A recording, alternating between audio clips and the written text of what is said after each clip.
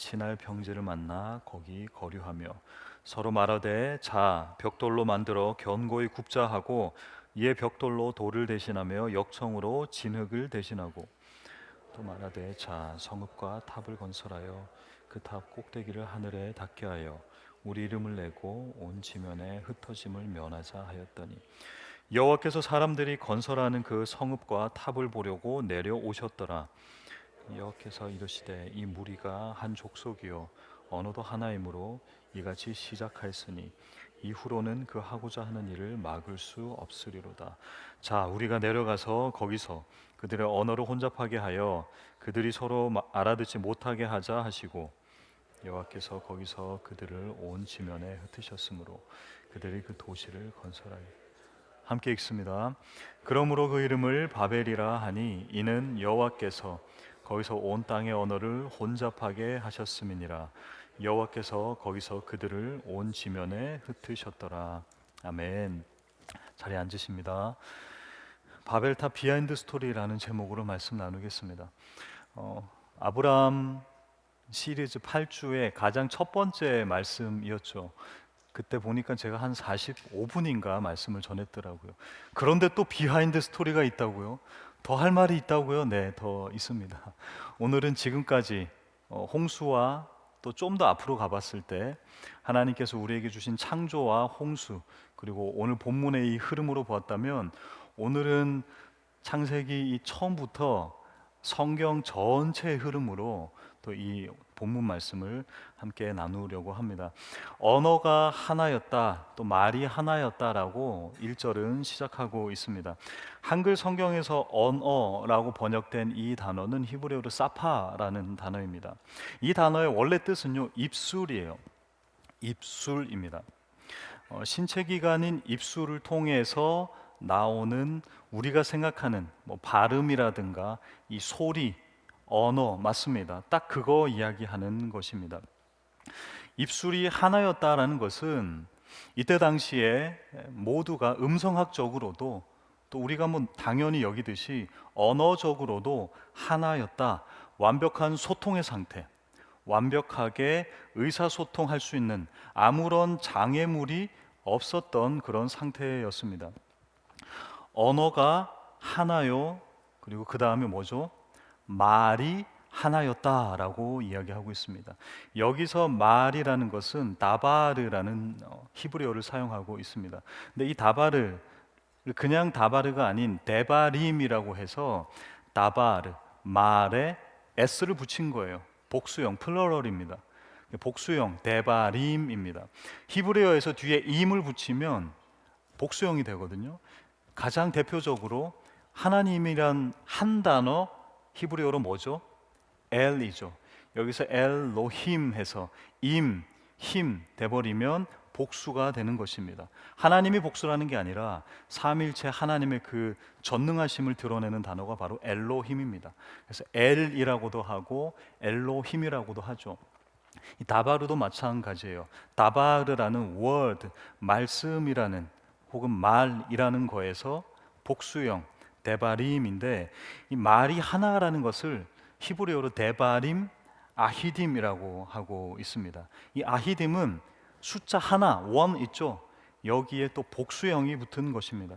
그러니까 직역하면 same words입니다. same words, 그냥 같은 말들이라고 할 수 있지만 여기서 이야기하는 다바르라고 하는 이 단어는요, 단순히 언어만을 이야기하지는 않아요. 사상이라든가 생각이라든가 가치관이라든가 사건 혹은 목적이라는 여러 가지 의미로 사용됩니다. 그래서 하나님의 말씀이라고 할 때 이 말씀을 다바르라고 이야기합니다. 굉장히 묵직한 단어이죠. 하나님의 말씀이라고 할 때 다바르입니다. 말이 하나였다라는 것은 그 전에 언어가 하나였다, 음성학적, 언어적인 언어가 하나였고요. 말이 하나였다라는 것은 뭐냐면 모든 가치관이 하나가 다 통일이 된 것입니다. 담합이라도 한 것처럼 모두가 세뇌당한 것처럼 이 시대의 많은 사람들이 모두가 한 가치관, 하나의 생각으로 획일화되었다라는 것입니다. 다른 생각들은 허용되지 않았어요. 다른 생각이 허용되는 순간 당시에 힘이 센 자들, 11장에서는 니무롯이라고 얘기하고 있죠. 그런 제국주의 지도자들이 그 사람들을 어떻게 했을까요? 다른 생각을 냈다 하면 어떻게 해요? 그 사람을 제거하거나 혹은 그 사람을 회유하거나 세뇌하거나 억압해서라도 같은 가치관을 만들었다. 그렇게 하나였다라고 이야기하고 있습니다.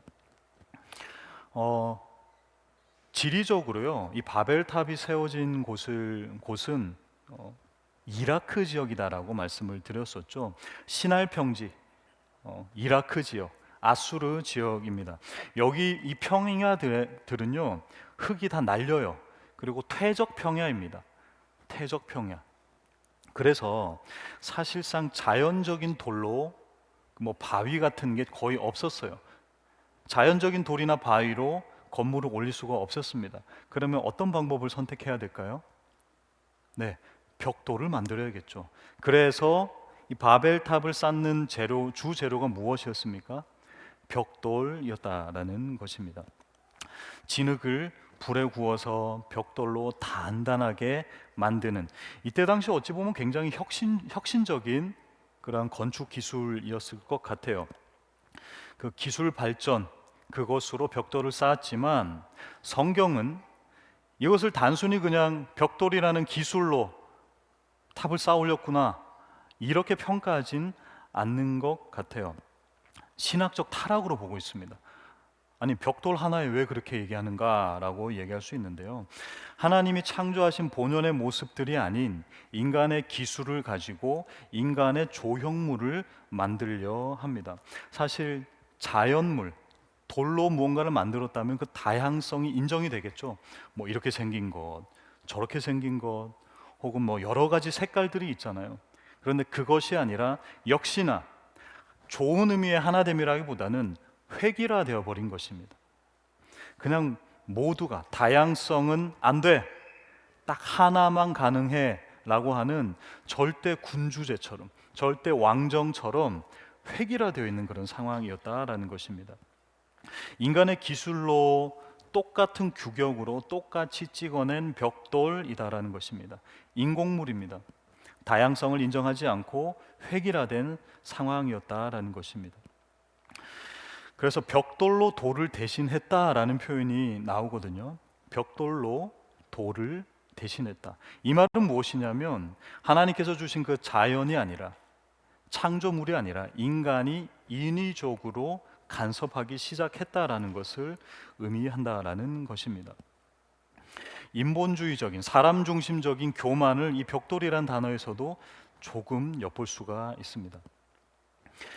벽돌 말고 또 뭐가 쓰였나요? 이 벽돌을 잘 튼튼하게 할 수 있는 무엇이죠? 네, 역청, 타르입니다. 역청이 사용되었다, 접착제로 사용되었습니다. 이건 완벽한 방수이죠. 워터프루프입니다. 방수할 수 있고 완벽하게 붙여낼 수 있는 접착제의 도구였습니다. 노아 홍수가 끝나고 나서 어떤 언약을 주셨죠? 이제 기억나시죠? 무지개 언약을 주셨습니다. 무지개 언약을 띄우셨는데 하나님이 뭐라고 말씀하시면서 언약하셨어요? 또 다른 축복의 말씀과 함께 내가 더 이상 무엇으로 심판하지 않는다라고 말씀하셨죠? 물로 심판하지 않겠다라고 말씀하시고 약속하셨어요. 근데 사람들이 그 언약을 믿지 못한 것입니다. 그래서 바벨탑을 어떻게 지어요? 하늘 꼭대기까지, 가장 높은 곳. 영적인 교만을 나타낼 수도 있지만 물리적으로 생각해 본다면 물에 잠기지 않을 정도로 높이 쌓자라는 의도도 있다라는 것입니다. 그 말은 무엇이에요? 하나님이 물로 심판하지 않겠다라는 그 약속, 좀 반신반의한데, 못 믿겠는데, 그 언약에 대한 믿음이 흔들려 버린 것이죠. 그리고 이 벽돌을 뭐라고 하는가?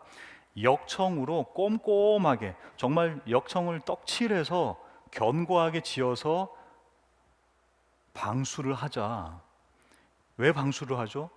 역시나 하나님께서 홍수로 심판을 하실 것 같은 그 하나님의 언약과 약속을 100% 신뢰하지 못하는 그 인간의 모습이 이 역청이란 단어에 담겨져 있다라는 것입니다. 다시 말해서 이 역청을 사용했다라는 것, 그 전에는 방주에 사용했던 역청을 바벨탑 쌓는데, 높이 쌓는데, 튼튼히 쌓아서 방수하는 데 사용했다라는 것은 우리는 하나님의 약속을 믿지 못하겠다, 그가 다시 물로 심판하실 것 같아, 또 만약에 하실 수도 있다면, 하신다면 우리는 방수를 철저히 해서 홍수 심판으로부터 구원받자, 우리 스스로 살아남자라는 것입니다. 다시 말해서 언약에 대한 불신앙, 그리고 스스로 구원하겠다는, 내가 구원자라고 하는 끔찍한 반역의 선언이었습니다. 하나님을 의지하는 대신에 기술과 문명과 획일화됨을 선택한, 그리고 이것이 우리를 구원할 수 있다라는 잘못된 착각, 그것이 바로 벽돌과 역청을 사용하는 모습입니다. 그래서 바벨탑은 바로 그런 것입니다. 다른 게 아니라 하나님의 언약을 믿지 못하는 그 본질이 마음 가운데 숨어 있었다라는 것입니다. 그래서 그런지 하나님이 이 역청을 굉장히 싫어하십니다. 그리고 하나님께서는 이 벽돌도 싫어하세요. 만약 우리 은혜 장로교회가 나중에 교회를 짓는다면 우리 벽돌로 짓지 맙시다. 왜냐하니까 출애굽기 20장 25절에 하나님이 얼마나 이 벽돌을 싫어하셨는지 이렇게 말씀하십니다. 우리 한 목소리로 읽어보겠습니다. 시작. 내가 내게 돌로 제단을 쌓거든 다듬은 돌로 쌓지 말라. 내가 정으로 그것을 쪼면 부정하게 함이니라. 다시 말해서 정, 요 망치랑 요 그 벽돌 깨부수는 거 있죠, 그 도구, 그걸로 이렇게 이쁘게 각지게 만들지 말고 그냥 자연 모습 그대로로 무언가를, 특별히 이 제단을 쌓아라라고 말씀하시는 겁니다.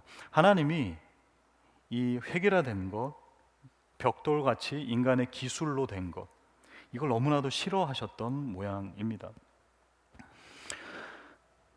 그렇게 언어도 하나고 말도 하나였고 또 벽돌과 역청으로 바벨탑을 쌓았죠. 그 바벨탑을 쌓은 결과가 무엇이었습니까? 본문 7절에 그들의 언어를 혼잡하게 하여, 언어가 혼잡하게 되었습니다. 그래서 우리가 영어를 이렇게 배워야 하는 것이고, 또 여기서 태어난 친구들은 한국어를 그렇게 배워야 하는 이유가 바로 여기에 있습니다. 여기서 혼잡케 하다라는 단어가 발랄이란 뜻입니다. 굉장히 발랄하죠? 죄송합니다. 언어가 혼잡게 된 것 같아요. 네, 말이 안 통하는 것 같네요. 발랄이라는 히브리어는 혼잡케 하다라는 뜻입니다. 뭐 섞다, 혼합하다, 섞이다입니다. 그래서 특별히 이 이스라엘 백성들이 일상에서 그 고운 가루 있죠, 밀가루, 가루와 혹은 기름을 섞을 때 이 발랄이라는 단어를 사용합니다. 혼합되는 거예요. 막 섞이는 것을 의미합니다. 바벨탑을 쌓은 사람들, 그 인간들이 그 도시의 이름을 짓죠. 고대 아카드인, 더 조상들입니다. 아카드인이 바빌리라고 이름을 붙였어요. 이 지역을요. 바빌리. 그래서 바벨론이 된 것입니다. 바빌리인데 이게 무슨 뜻이냐면 신들의 문, Gate of the Gods 이란 뜻입니다. 신들의 문이라는, 당연히 영광스럽고 그들의 입장에서는 이 바벨이라는 도시, 바빌리라는 이 도시가 영광과 멋들어짐과 어떠한 한 신이 우리를 보호하고 있다라는 의미로 이름을 지었겠죠. 영광스러운 뜻이었습니다. 근데 성경은 이 발랄이라는 이 단어를 사용하면서 이건 신들의 문이 아니야, 하나님 보시기엔 그냥 뒤죽박죽 섞여 있는 그냥 쓰레기 더미야, 이거는 혼란스러운 쓰레기야 라고 언어 유희를 해버립니다. 그게 바로 발랄이라는 뜻입니다.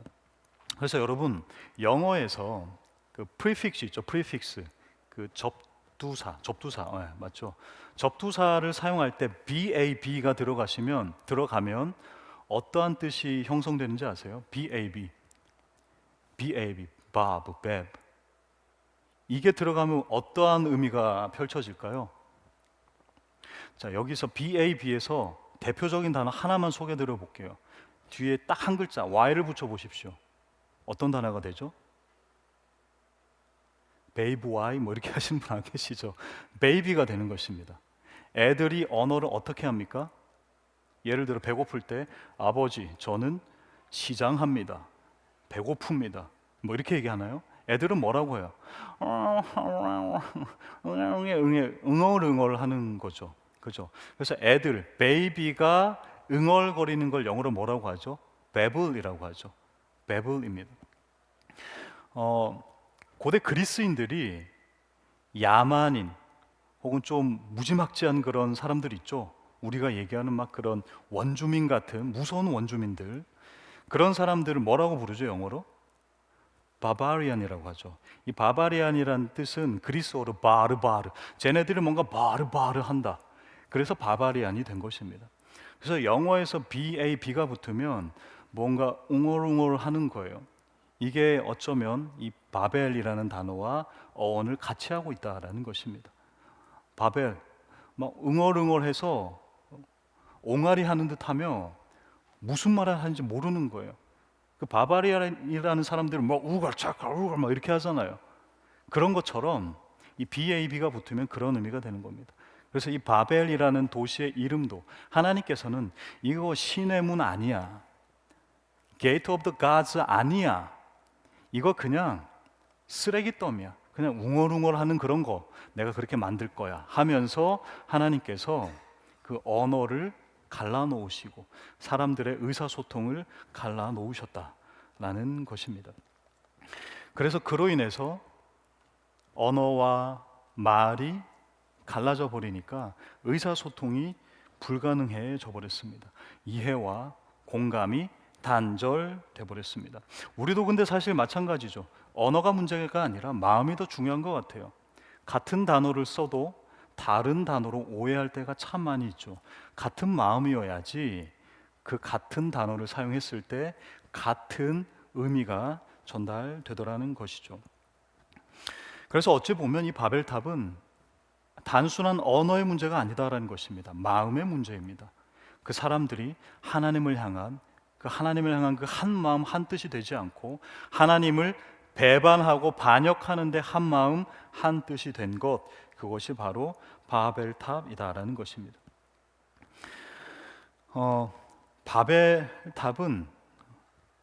바벨탑 쌓은 이 사건은 인간이 왕이 되려 하고 하나님이 되려 하며 하나님의 언약을 신뢰하지 못한 결과물이죠. 또 그것으로 인해서 사람들은 언어가 갈려졌습니다. 그래서 이 언어가 갈려진 것은 심판이죠. 징벌입니다. 하지만 주님은 심판만 주지 않으십니다. 주님은 회복도 주십니다. 바벨로 인한 심판, 이것을 주님께서 차차 회복시켜 주십니다. 어떻게 주시고 언제 주시는가? 바로 오순절 성령 강림 사건을 통해서 주님께서 이 흩어진 바벨의 언어를 하나로 모으십니다. 사도행전 2장 1절부터 4절입니다. 오순절 날이 이미 이름에 그들이 다 같이 한 곳에 모였더니 호련히 하늘로부터 급하고 강한 바람 같은 소리가 있어 그들이 앉은 온 집에 가득하며, 우리 함께 읽어볼게요. 3절부터 시작.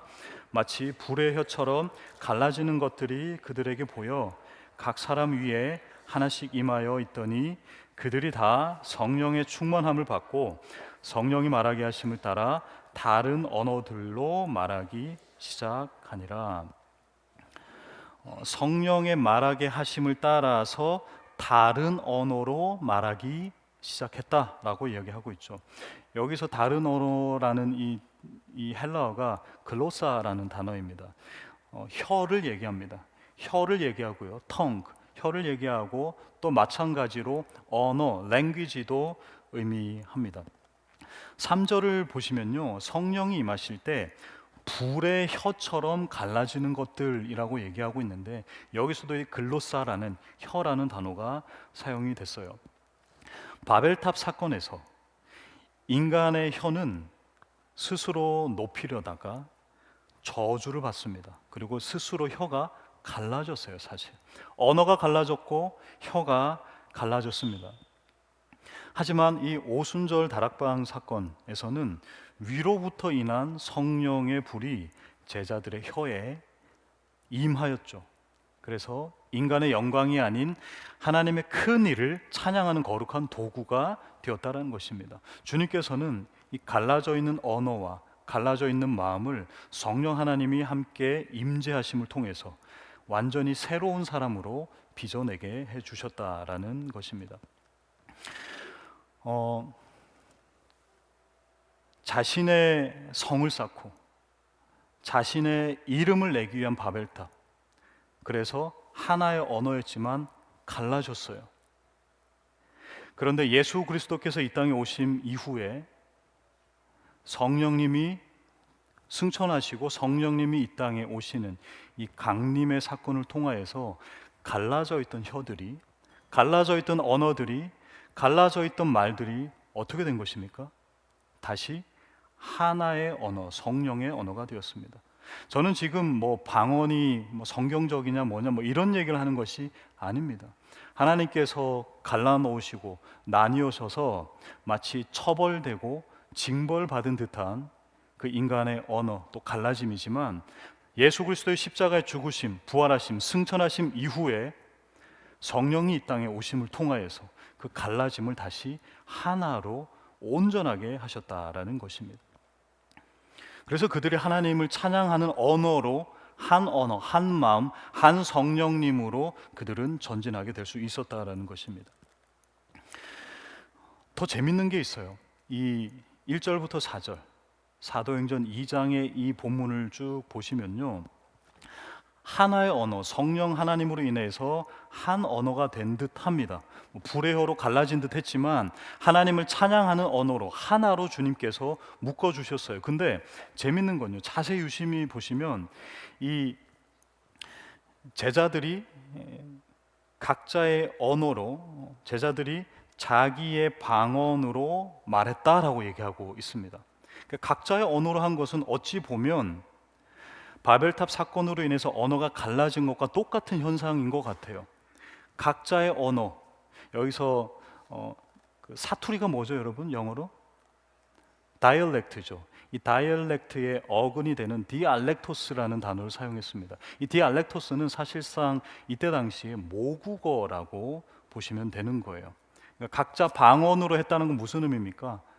태어나서 그곳에서 쓴 말을 사투리라고 하는 것이거든요. 사투리가 뭐 좋고 나쁘고 멋있고 강력하고 이런 게 아니라 사투리라는 것은 사실상 모국어를 의미하는 것입니다. 내가 살았던 지역, 내 태어난 고향, 그 어머니가 쓴 언어, 모국어를 의미하는 것입니다. 금방 말씀드린 처음에 글로사라고 하는 이 혀를 통해서 한 성령 하나님이 하나 되게 하신 것이 말하는 사람의 입장에서의 기적이라면, 이 디알렉토스라는 이 모국어 혹은 사투리, 각자 지방의 언어라는 것은 듣는 사람에게 있어서 기적입니다. 왜냐하면요, 각자의 언어로 얘기했거든요. 그랬더니 서로가 알아듣고 서로가 소통하게 되었다는 것입니다. 말이 안 되는 것이죠.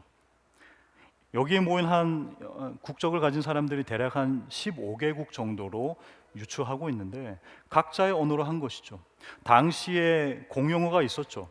바로 그리스어, 헬라어였습니다. 그리고 라틴어, 로마어도 조금씩 공용어가 되기 시작했어요. 그 말로 하지 않았다라는 것입니다. 성령 하나님께서 우리에게 임재하실 때는, 또 우리에게 회복을 주실 때는 섬세하게 임하십니다. 무슨 말이냐? 여러분 생각해 보세요. 내가 기도를 하고 회복이 되는데 나에게 가장 익숙한 것, 나에게 가장 따뜻한 언어로 주님이 말씀하시는 것입니다. 하나님이 나는 하나님이다 다 하면서 누가 봐도 굉장히 왜 어색한 하나님의 등장 있잖아요. 에코가 풍성한 노래방에서 나오는, 가라오케에서 나오는 듯한 그 음향 마이크 세팅 말고요, 정말 그 따뜻한 엄마 음성 같은, 엄마가 얘기하는 그 모국어, 사투리, 그것으로 들었을 때 그들의 마음 가운데 느껴지는 그 성령의 감동은 더 생생했을 거다라는 것입니다.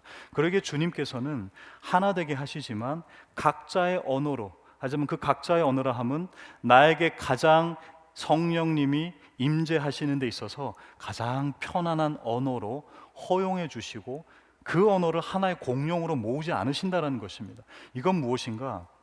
하나님께서 우리를 각자 다양하게 만드셨고 그 다양함을 존중해 주셨다라는 것입니다. 그러기에 여러분, 이 성령 강림 사건은요, 주님께서 하나 되게 하신 사건입니다. 무엇을요? 과거에 있었던 그 바벨탑 사건, 찢어졌던 그들의 영혼과 마음, 언어가 성령님의 오심을 통해서 하나 되게 하신 사건, 또 그들의 마음을 만져주시는 사건이다라는 것입니다.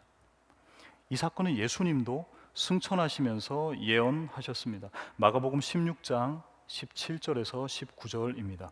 믿는 자들에게 이런 표적이 따르리니 곧 그들이 내 이름으로 귀신을 쫓아내며 새 방언을 말하며 뱀을 집어 올리며 무슨 독을 마실지라도 해를 받지 아니하며 병든 사람에게 손을 얹은즉 나으리라 하시더라.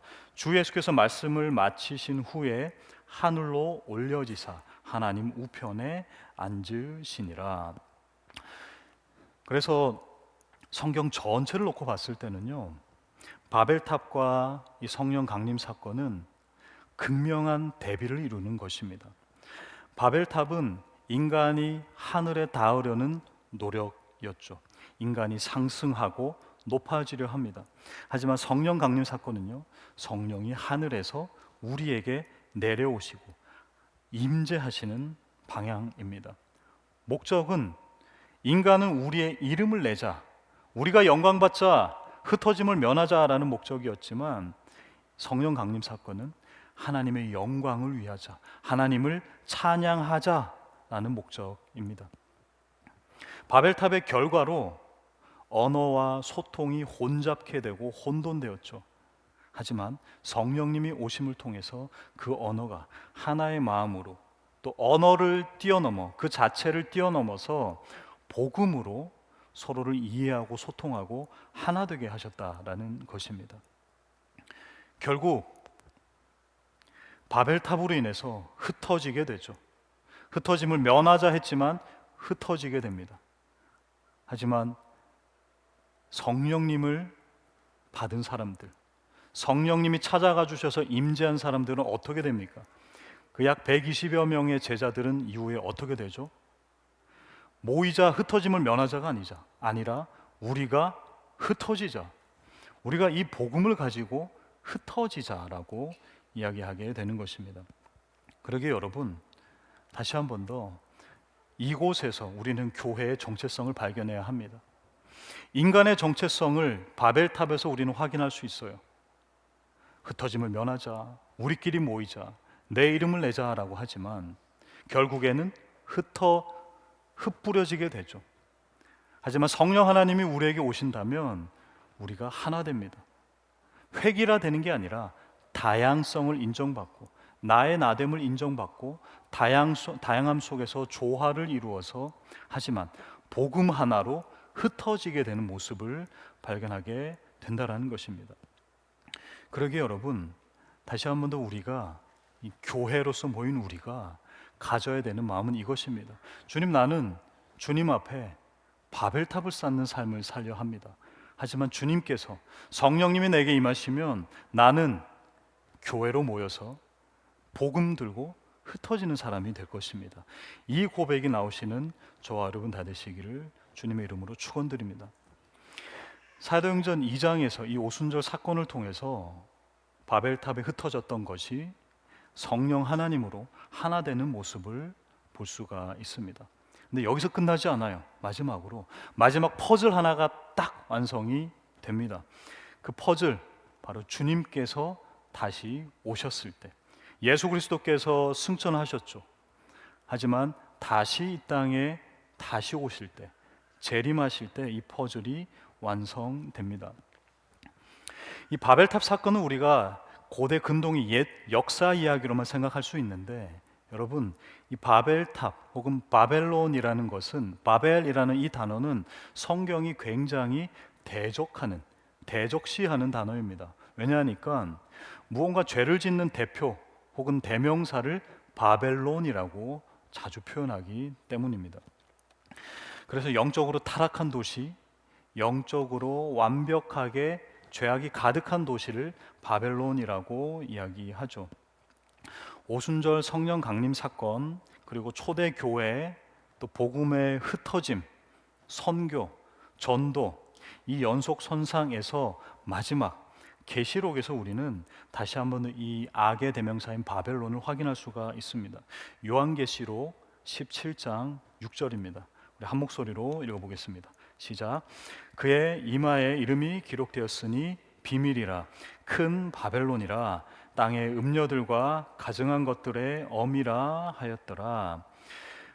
바벨론이 바로 이 하나님을 대적하는 대명사가 되어버린 것입니다. 그만큼 이 바벨탑 사건은 단순한 한 에피소드가 아니었습니다. 성경 전체에서 흐르고 있는, 또 우리의 삶 가운데 나도 모르게 불쑥불쑥 튀어나오고 있는, 내가 하나님이 되려는 것, 내가 나의 안위만을 위해서 살아가려는 것, 다른 사람과의 소통 없이 그냥 모이자, 나는 이대로가 좋사오니, 이 대명사가 바로 바벨론이다라는 것입니다. 이것은 바벨탑 사건으로 구현이 된 것이죠.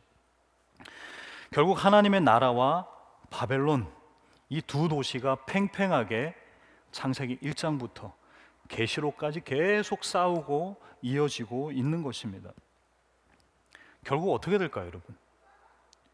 요한계시록 21장 2절에서는 이렇게 얘기합니다. 내가 들으니 보좌에서 큰 음성이 나서 이르되 보라, 하나님의 장막이 사람들과 함께 있음에 하나님이 그들과 함께 계시리니 그들은 하나님의 백성이 되고 하나님은 친히 그들과 함께 계셔서. 아멘. 결국 큰 성 바벨론은 주님의 심판을 받게 됩니다. 계시록 18장에 보시면 딱 1시간 만에 내가 깡그리 없애줄게 라고 말씀하십니다. 그리고 그 바벨론이 멸망하게 되고 결국 새 하늘과 새 땅, 새 예루살렘이 하늘로부터 내려온다라고 계시록은 마무리하고 있는 것입니다. 그러기에 여러분, 하나님의 나라, 우리가 이루는 이 교회, 하나님의 나라, 이 모든 것은 우리의 공로가 0%입니다. 우리의 공로는 단 하나도 없는 하나님의 나라입니다. 은혜와 섭리가 하늘에서 위로부터 내려오는 것입니다. 완벽한 구원의 은혜의 선물이다라는 것입니다. 이 두 도시에 사는 사람들의 목적이 다르죠. 아까 말씀드린 바벨론에 사는 사람들의 목적, 그렇다면은 하나님의 나라, 새 예루살렘, 새 하늘과 새 땅, 이곳을 살아가는 사람들의 목적은 무엇일까요? 바벨의 목적은 나를 숭배하라, 자아 숭배, 때로는 나르시시즘 같은 나 중심적인 고백이라면, 하나님의 나라를 살아가는 새 예루살렘, 새 땅을 간구하며 요청하며, 이곳이 바로 지금이 그곳입니다, 하나님의 나라입니다 라고 선포하는 사람들은 바로 어린 양 예수 그리스도를 예배하는 모습으로 살아가야 한다는 것입니다. 그래서 요한계시록에 보면 어린 양 예수 그리스도, 그리고 그 예수 그리스도를 향하여서 찬양하고 예배하는 모습이 많이 등장하게 되죠. 결국 바벨론은 바벨탑이 무너지듯 무너질 것입니다. 그리고 주님께서 그 나라가 이미 임했지만 아직 온전하지 완성되지 않은 그 나라가 예수 그리스도께서 다시 오심을 통해 완성될 줄 믿습니다. 그렇게 우리는 바벨탑이 무너지고 바벨론이 멸망당하고 그 하나님의 나라를 꿈꾸며 살아가는 사람이다라는 것입니다. 요한계시록 21장 3절에서 이렇게 말씀하시죠. 다시 한번 읽어볼게요. 보라, 하나님의 장막이 사람들과 함께 있음에 하나님이 그들과 함께 계시리니 그들은 하나님의 백성이 되고 하나님은 친히 그들과 함께 계셔서. 하나님이 우리와 함께 하시는 그 하나님의 나라가 바벨탑이 멸망당하고 이루게 된다라고 말씀하고 있습니다. 그래서 결국 이 성경 처음부터 끝까지 결국에 이 장소적인 질문으로 이어지고 있는 거예요. 우리의 영적 싸움은 그것입니다. 당신이 살고 있는 곳은 에덴입니까? 바벨론입니까? 당신이 살고 있는 곳은 하나님의 나라입니까? 바벨론입니까? 당신은 바벨탑을 위해서 성을 쌓아 올립니까? 하나님의 나라를 위한 벽돌 한 장을 얹습니까? 우리는 계속해서 그 싸움을 창세기 1장부터 요한계시록 22장 끝장까지 계속 해 나간다라는 것입니다. 그래서 우리는 결국 바벨탑이라는 한 사건만 보지 않고 성경 전체의 구속사를 보아야 합니다.